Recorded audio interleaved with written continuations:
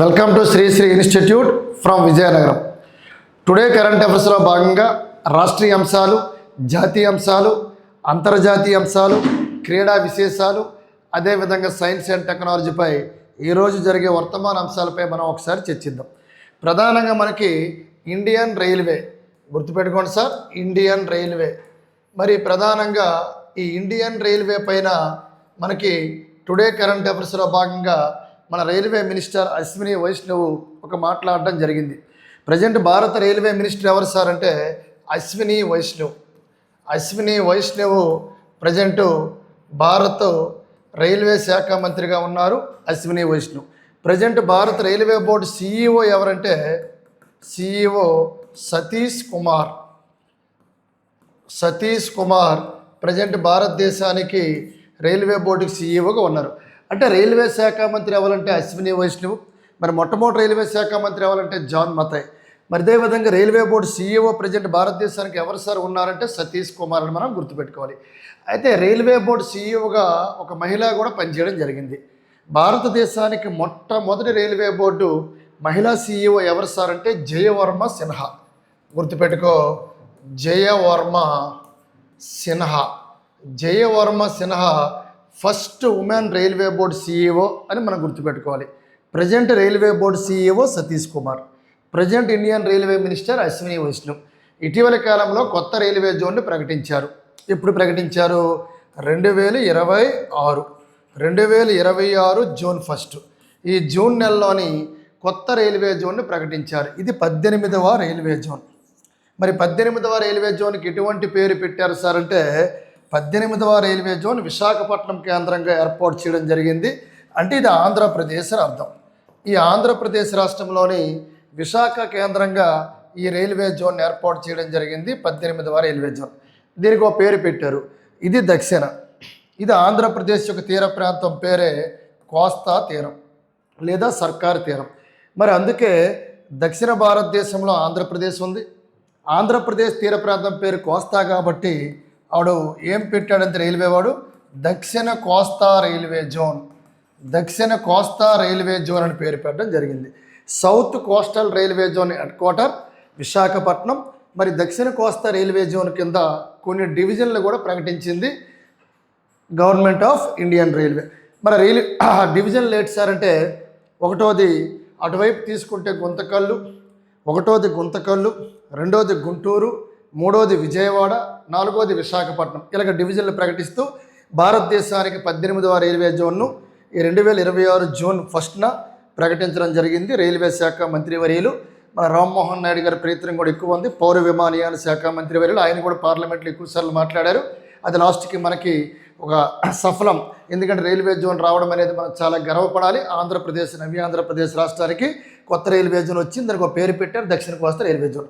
అది కూడా అది విశాఖ కేంద్రంగా ఉందని నువ్వు గమనించాలి. అయితే ఇప్పుడు ఇటీవలి కాలంలో రీసెంట్గా మనకి రైల్వే ఎప్పుడైతే 18 రైల్వే జోన్స్ ప్రకటించారో 18 రైల్వే జోన్స్ కొత్త లోగోని రైల్వే శాఖ అనేది ప్రకటించింది. మరి ఆ కొత్త లోగో ఏంటి సార్ అంటే 18 స్టార్స్ అనేవి ఉంటాయి సార్. మధ్యలో రైల్ అనే యాంబ్లం ఉంటూ ఇలాగ 18 స్టార్స్ అనేవి ఉంటాయి. అంటే every star 1 railway zone indicated. ప్రతి ఒక నక్షత్రం కూడా ఒక రైల్వే జోన్ ఇండికేట్ చేస్తుంది. అది ఒకసారి మనం పరిశీలిస్తే ఇదిగోండి సార్, ఇది రైల్వే లోగో. మనకి 1, 2, 3, 4, 5, 6, 7, 8, 9, 10, 11, 12, 13, 14, 15, 16, 17, 18 కొత్తగా వచ్చింది. కాబట్టి 18 నక్షత్రాలతో ఈ కొత్త లోగోని ఎన్ని స్టార్స్ అంటే 18 నక్షత్రాలతో కొత్త లోగోను భారత రైల్వే శాఖ విడుదల చేసిందని మనం గుర్తుపెట్టుకోవాల్సిన అవసరం ఉంది. ఇదిగో ఈ విధంగా గుర్తుపెట్టుకోవాలి. రేపు పొద్దున్న అడుగుతాడు. ఇటీవల కాలంలోని భారత రైల్వే శాఖ కొత్త లోగోని విడుదల చేసింది. ఈ లోగోలో ఎన్ని నక్షత్రాలు కలవంటే 18 నక్షత్రాలు. ఇప్పుడు అమెరికా ఫ్లాగ్ తీసుకో, అమెరికా ఫ్లాగ్లో 50 నక్షత్రాలు ఉంటాయి, 50 స్టార్స్ ఉంటాయి.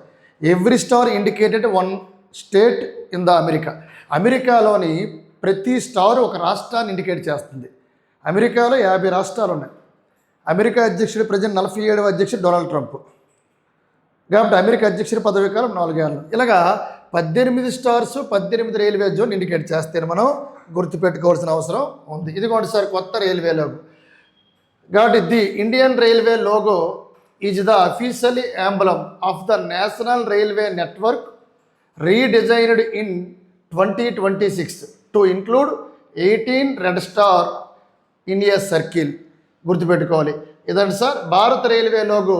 జాతీయ రైల్వే నెట్వర్క్ యొక్క అధికారిక చిహ్నం 2026లో ఒక వృత్తాన్ని ప్రకటించారు. ఆ వృత్తంలో 18 ఎర్ర నక్షత్రాలు ఉంటాయి. రెడ్ 18 ఎర్ర నక్షత్రాలు ఉంటాయి. అడుగుతాడు అవి ఎరుపు నక్షత్రాల, తెలుపు నక్షత్రాల, పసుపు నక్షత్రాలు అంటే ఎర్ర నక్షత్రాలు ఉంటాయి. ఎర్ర నక్షత్రాలతో రైల్వే లోగోని క్రియేట్ చేశారు. 18వ రైల్వే జోన్గా దక్షిణ తీర రైల్వే జోన్ అంటే south coastal railway zone announcement చేయడం జరిగింది భారత రైల్వే శాఖ. కాబట్టి అధికారికంగా ఈ రైల్వే లోగోను ప్రకటించడం జరిగిందని మనం గుర్తుపెట్టుకోవాలి. Very very very important. చాలా చాలా చాలా ఇంపార్టెంట్. సరే సరే following the creation of the south coastal railway zone as the 18th railway zone, the Indian railway zone updated it's emblem with each star representing A specific railway zone. అంటే every star కూడా ఒక railway zone indicate చేస్తుందని మనకి చెప్పడం జరిగింది. ఇది notes రాసుకుంటే ఖచ్చితంగా ఒక బిట్ వచ్చే అవకాశం ఉంది. నెక్స్ట్ మనం మాట్లాడుకుంటే ఇక్కడ ఎవరు సార్? భాగ్యరాజు కన్నుమూత. మనకి భాగ్యరాజు కన్నుమూత అనేది ఈరోజు పేపర్లో రావడం జరిగింది. ఎవరు ఈ భాగ్యరాజు? ఇంతకుముందు ది గ్రేట్ రాజా అనే ఒక వ్యక్తి ఉండేవాడు. సినిమా నటుడు, తమిళనాడులో ఇటీవలి కాలంలో మరణించారు. ఒక పద్మశ్రీ అవార్డు గ్రహీత. మరి అటువంటి శిష్యుడు ఇతను. 100కు పైగా సినిమాలు తీసిన వ్యక్తి. ఇతను చనిపోగానే ఆంధ్రప్రదేశ్ ముఖ్యమంత్రి వర్యుడు చంద్రబాబు నాయుడు గారు, తమిళనాడు ముఖ్యమంత్రి ప్రజెంటు మనకు తెలిసిందే జోసెఫ్ విజయ్, కేరళ ముఖ్యమంత్రి సతీశన్, కర్ణాటక ముఖ్యమంత్రి డికే శివకుమార్ వీళ్ళందరూ కూడా సంతాపం తెలపడం జరిగింది. గుర్తుపెట్టుకోవాలి. ప్రముఖ నటుడు, దర్శకుడు భాగ్యరాజు కన్ను మూశారు చెన్నైలో. అడుగుతాడు ఇటీవల కాలంలోని ఇద్దరు మరణించారు. రాజా అనే వ్యక్తి మరణించారు. ఆయన శిష్యుడు భాగ్యరాజు అనే వ్యక్తి మరణించారు. మరి తమిళనాడు రాష్ట్రంలో జన్మించారు. ఏ రాష్ట్రంలో జన్మించారు? తమిళనాడు. ఇతను సినిమాలో స్క్రీన్ ప్లే అండ్ నటుడు అండ్ దర్శకుడు, నటుడు అండ్ కథానాయకుడు అండ్ దర్శకుడు అన్ని విభాగాల్లో నటించడం జరిగింది. నిర్మాతగా పనిచేశారు, సంగీత దర్శకుడిగా పనిచేశారు. అంటే మల్టీ టాలెంటెడ్ పర్సన్ ఎవరంటే భాగ్యరాజుని మనం గుర్తుపెట్టుకోవాలి. కాబట్టి బహుముఖ ప్రజ్ఞాశాలి అంటే మనం సైకాలజీ పరంగా తీసుకుంటే ప్రజ్ఞ అంటే ప్రజ్ఞ అనేది కొంతమందికి ఒక యాంగిల్లో ఉంటే ఇతను బహుళ ప్రజ్ఞా సిద్ధాంతం అంటాం. మనకి సైకాలజీలో గార్డినర్ ప్రజ్ఞా సిద్ధాంతం ఉంది. ఇక్కడ బహుళ ప్రజ్ఞానం, బహుముఖ ప్రజ్ఞాశాలి ఎవరంటే భాగ్యరాజుని మనం గుర్తుపెట్టుకోవాల్సిన అవసరం ఉంది. ఇదంటే సార్ ఇతనే భాగ్యరాజు. దిగ్గజ దర్శకుడు, భారత రాజా. ఇటీవలి కాలంలో మరణించిన వ్యక్తి ఎవరంటే భారతి రాజా అనే వ్యక్తి మొన్నే మరణించారు. ఆయన మరణించిన కొద్ది రోజులకే ఇంకా చిత్రసీమ కోలుకోకముందే మరొక విషాదం జరిగింది. ఈ భాగ్యరాజు అనే వ్యక్తి కన్నుమూయడం జరిగింది. గుండెపోటుతో చెన్నైలో అపోలో ఆసుపత్రిలో మరణించడం జరిగిందని నువ్వు గమనించాలి. చాలా చాలా ఇంపార్టెంట్. ఇది సార్ భాగ్యరాజు కన్నుమూత అని మనం గమనించాలి. ఇతను భాగ్యరాజు సుమారుగా 100 చిత్రాలకు పనిచేశారు. వీటిలో 27 చిత్రాలకు దర్శకత్వం వహించారు. 70కి పైగా చిత్రాల్లో ఇతను నటించారు. ఈ భాగ్యరాజు అనే వ్యక్తి ఎంతోమంది తమిళనాడు ముఖ్యమంత్రి జోసెఫ్ విజయ్ కావచ్చు, మాజీ ముఖ్యమంత్రి స్టాలిన్ కావచ్చు, అండ్ అదేవిధంగా తీసుకుంటే పళనిస్వామి, రజనీకాంత్, కమల్ హాసన్, శరత్ కుమార్ వీళ్ళందరూ కూడా మణిరత్నము, ధనుష్, నయనతార వీళ్ళందరూ కూడా విఘ్నేష్ ఎంతోమంది. అదేవిధంగా తీసుకుంటే మన చిరంజీవి గారు, డిప్యూటీ సీఎం పవన్ కళ్యాణ్ గారు ఎంతోమంది సంతాపం తెలియజేయడం జరిగింది భాగ్యరాజుకి. అదేవిధంగా కేరళ ముఖ్యమంత్రి సతీశన్ వీళ్ళందరూ కూడా ఒక అద్భుతమైన, ఎందుకంటే మల్టీ టాలెంటెడ్ పర్సన్ కాబట్టి ఈయనకి ప్రధానంగా సంతాపం తెలియజేశారు. ఇటీవల భారతీయ రాజా మరణం అనంతరమే ఆయన మరణించిన కొద్ది రోజులకే ఒక గొప్ప వ్యక్తి మరణించారు. తమిళనాడు, ఇద్దరిది తమిళనాడుని మనం గుర్తుపెట్టుకోవాలి. ఆఫ్ఘనిస్తాన్లో తీవ్ర భూకంపం నిన్నే మనం మాట్లాడాం. ఎందుకంటే వెనుజులా దేశంలో వెనుజులా యొక్క రాజధాని కాకరస్, వెనుజులాలో జంట భూకంపాలు వచ్చాయి. అంటే కొంచెం కాల వ్యవధి చాలా తక్కువ, స్వల్ప కాల వ్యవధిలో 2 భూకంపాలు వచ్చాయి. మొన్న ఫిలిప్పైన్స్లో భూకంపం వచ్చింది. అదేవిధంగా తీసుకుంటే జపాన్లో భూకంపం, కొద్ది ప్రకంపనలు అనేవి స్టార్ట్ అయ్యాయి. భారతదేశంలో కొన్ని ప్రాంతాల్లో ఢిల్లీ కావచ్చు అండ్ గుజరాత్ కావచ్చు, ఈ ప్రాంతాల్లో కూడా భూకంపాలు ప్రకంపనలు కనిపించాయి. ఈరోజు తీసుకుంటే పేపర్లో ఆఫ్ఘనిస్తాన్లో తీవ్ర భూకంపం వచ్చింది. అసలు భూకంపాల గురించి అధ్యయనం చేసే శాస్త్రాన్ని సిస్మోలజీ అంటారు. సిస్మోలజీ అంటారు. అసలు భూకంప తీవ్రతను దేంతో కొలుస్తామంటే రిక్టర్ స్కేల్తో కొలుస్తాం. ఆ రిక్టర్ స్కేల్ పైన చూడండి సార్, ఇక్కడ తక్కువే. నిన్న వెనుజులాలో తీసుకుంటే 7.2 అండ్ 7.5 స్వల్ప కాల వ్యవధిలో జంట భూకంపాలు అనేవి వచ్చాయి. ఎక్కడ వెనుజులాలోని. ఇక్కడ 6.2 నమోదైంది. అదేవిధంగా దీని ఎఫెక్ట్, ఎందుకంటే ఆఫ్ఘనిస్తాన్తో అటువైపు లడక్ కావచ్చు, ఆ ఏరియా అంటే భారత్కు దగ్గరగా ఉన్న రీజియన్ కాబట్టి ఢిల్లీ అండ్ జమ్మూ కాశ్మీర్లో స్వల్ప స్థాయి ప్రకంపనాలు కూడా వచ్చాయి. గుర్తుపెట్టుకోవాలి, దాని ఎఫెక్ట్ అనేది మన భారత భూభాగంపై పడింది. అదేవిధంగా ఉపరితలం నుంచి 215 కిలోమీటర్ల లోతులో భూకంప కేంద్రం అనేది ఏర్పడిందనేది ఈరోజు పేపర్లో ప్రధానంగా రావడం జరిగింది. ఎందుకంటే ఇటీవల కాలంలో ఫిలిప్పైన్స్ కావచ్చు, జపాన్ కావచ్చు, ఆఫ్ఘనిస్తాన్ కావచ్చు భూకంప తీవ్రత అనేది 6.2, 7.2, 7.5 ఈ విధంగా రిక్టర్ స్కేల్పై నమోదవుతుందని గమనించాలి. ఇటీవల కాలంలో భూకంపాలు వచ్చే దేశాలు ఫిలిప్పైన్స్, అదేవిధంగా తీసుకుంటే ఈ వెనుజులా, అదేవిధంగా ఆఫ్ఘనిస్తాను, జపాన్లో టోక్యోలో కొంత భాగం ప్రకంపనలు వచ్చాయి మొన్న మనం మాట్లాడాం. ఇవి జనరల్గా గుర్తుపెట్టుకోవాల్సిన అవసరం ఉంది. ఆఫ్ఘనిస్తాన్లో తీవ్ర భూకంపము ఇదండి సార్, రెక్టర్ స్కేల్పై 6.2 నమోదని ఈరోజు రావడం జరిగింది. మరి అదేవిధంగా తీసుకుంటే భూకంపం ప్రభావం ఆఫ్ఘనిస్తాన్లో పలు ప్రాంతాల్లోని, అదేవిధంగా పాకిస్తాను, భారత్లో ఢిల్లీ అండ్ జమ్మూ కాశ్మీర్లో కూడా ప్రకంపనలు అనేవి వచ్చాయని చెప్పడం జరిగింది. ఆఫ్ఘనిస్తాన్ యొక్క ప్రధాన రాజధాని ఏదంటే కాబూలు. ఆ కాబూలుతో పాటు ఈస్ట్ ప్రావిన్స్ ఎటైతే ఉందో అక్కడ ఆ ఏరియాలో ప్రకంపనలు ఎక్కువ వచ్చాయి. పాకిస్తాన్లో ఇస్లామాబాదు, అదేవిధంగా ఈ రావుల్పిండి అండ్ లాహోరు, చిత్రాల్లో కూడా ప్రకంపనలు. ఎందుకంటే భారత్ పాకిస్తాను బార్డర్లు ఏదైతే ఆఫ్ఘనిస్తాన్ దగ్గరగా ఉన్నాయో ఢిల్లీ, జమ్మూ కాశ్మీర్, పంజాబ్, హర్యానా, చండీగఢ్ స్వల్ప ప్రకంపనలు వచ్చాయి నిన్న రాత్రి 7 గంటలకి. అంటే ఏదైనా ఆఫ్ఘనిస్తాన్పై రెక్టర్ స్కేల్పై 6.2 అని మనం గుర్తుపెట్టుకోవాల్సిన అవసరం ఉంది. చుట్టుపక్కల ప్రాంతాల్లో కూడా ప్రకంపనలు వచ్చాయని గమనించాలి. కుప్పంలో బంగారపు గనులు నిన్నే మనం మాట్లాడాం. జనరల్ తీసుకుంటే కర్నూలు జిల్లాలో జొన్నగిరి ప్రాంతంలో ఇటీవల కాలంలో చంద్రబాబు నాయుడు గారు ప్రారంభించారు. ఏం ప్రారంభించారంటే అక్కడ బంగారు గనులు ఎక్కువ ఉన్నాయని చెప్పి అక్కడ ఏదైతే ల్యాండ్ ఉందో ఆ ల్యాండ్లో తవ్వకాలు ప్రారంభించారు. ఆంధ్రప్రదేశ్ రాష్ట్రంలో అనంతపురం జిల్లాలోని ప్రధానంగా రామగిరి దేనికి ఫేమస్ అంటే బంగారం. ఆంధ్రప్రదేశ్ రాష్ట్రంలో అనంతపురం జిల్లాలో వజ్ర కరూరు అనేది వజ్రాలకు ఫేమస్. ఇటువంటి బంగారం అనేది భారతదేశంలో కర్ణాటక రాష్ట్రం ఎక్కువగా ఉత్పత్తి చేస్తుంది. కోలార్ అనేది చాలా ఫేమస్ బంగారానికి. అటువంటి ఆంధ్రప్రదేశ్ రాష్ట్రంలో నిన్నే మనం చూసాం దాదాపుగా 92% ముగ్గురాయి లేదా బైరిటీస్ నిల్వలు ఉన్నాయని. అలాగా ఈరోజు పేపర్లో ఏమొచ్చిందంటే బంగారు గనులు, కుప్పంలో బంగారు గనులు. కుప్పం అనేది మనకు తెలిసింది, మన ముఖ్యమంత్రి గారు చంద్రబాబు నాయుడు గారు సొంత కాన్స్టిట్యున్సీ నియోజకవర్గం. మరి చిగురుగుంట బంగారు గనిని పరిశీలించడానికి ఒక ప్రతినిధి బృందం అనేది వెళ్ళడం జరిగింది. ఇదండి సార్, ఈ కుప్పంలోని ప్రధానం తీసుకుంటే చిగురుగుంట, అదేవిధంగా బీసనత్తం బ్లాక్ వేలానికి రంగం సిద్ధం. అదేవిధంగా టన్నుకు 5.73 నుంచి అదేవిధంగా 4.70 గ్రాములు చొప్పున బంగారం క్షేత్రస్థాయికి వచ్చి పరిశీలిస్తున్న పలు సంస్థ ప్రతినిధులు. ఎందుకంటే కుప్పంలో కూడా బంగారు నిల్వలు ఉన్నాయని క్షేత్రస్థాయి పరిశీలన జరుగుతోంది. ఇది అధికారికంగా మనకి రావాల్సి ఉంది, గుర్తుపెట్టుకోవాలి. ఇటీవల కాలంలో ఈ బంగారం గురించి మనం మాట్లాడాము.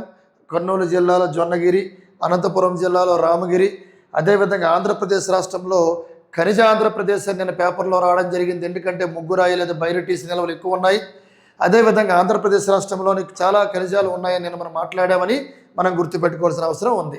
నెక్స్ట్ మనం దీని తర్వాత మాట్లాడుకోవాల్సి తమిళనాడులోని పిసిసి అధ్యక్షుడిగా ఎవరు సార్ అంటే వెరీ వెరీ ఇంపార్టెంట్ ఠాగూర్. ఏ ఠాగూర్ సార్ అంటే మాణికం ఠాగూర్. మన మెగాస్టార్ చిరంజీవి నటించిన cinema Tagore.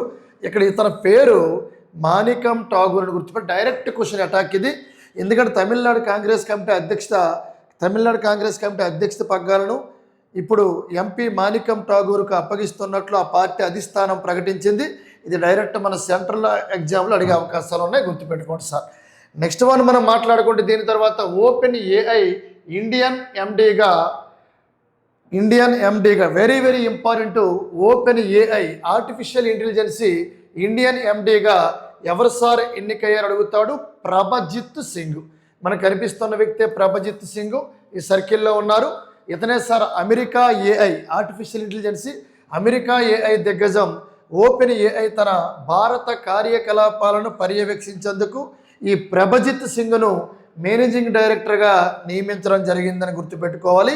Direct question, OpenAI Indian ఎండీగా ఎవరు ఎన్నికయ్యారంటే ప్రభజిత్ సింగ్ అని మనం గుర్తుపెట్టుకోవాలి. The most important Prabhjit Singh. ఈయన ఉబర్లోని 11 ఏళ్ల పాటు పనిచేశారు. ఇటీవలే ఈ ఉబర్ కంపెనీ ఏదైతే ఉబర్ కంపెనీ ఉందో, ఉబర్ అనేది మనకి జనరల్గా ఫుట్బాల్లో కూడా ఓడుతారు కప్పు, అది Uber cup, Thomas cup, Uber cup అని మనం బ్యాడ్మింటన్లో ఓడుతాం గుర్తుపెట్టుకోవాలి. థామస్ కప్ అనేది పురుషుల బ్యాడ్మింటన్, ఉబర్ కప్ అంటే మహిళా బ్యాడ్మింటన్.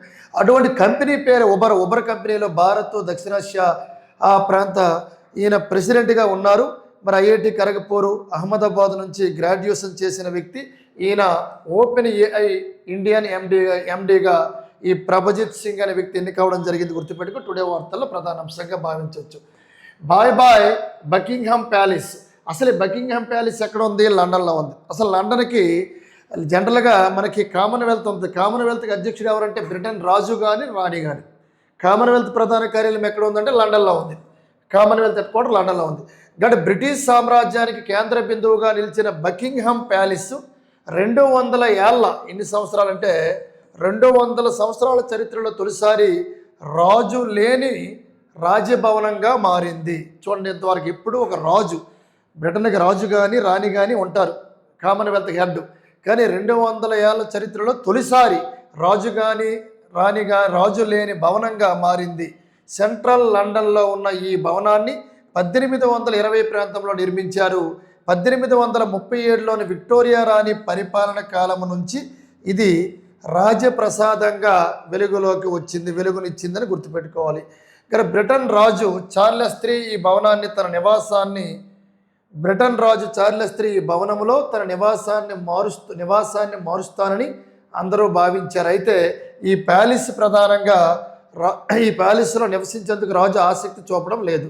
అంటే ఏం చెప్పారు ఇక్కడ?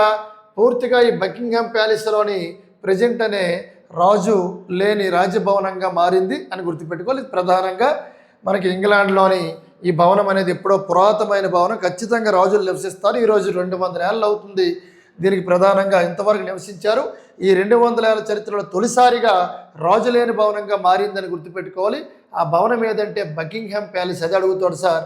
రాజు లేని రాజభవనంగా మారింది సెంట్రల్ లండన్లో ఉన్న ఈ బకింగ్హామ్ ప్యాలెస్ అని మనం గుర్తుపెట్టుకోవాలి. దీన్ని 1820 ప్రాంతంలో నిర్మించారు. ది సేల్స్ విలువైన భాగస్వామి నరేంద్ర మోడీ విదేశ పర్యటనలో ఉన్నారు.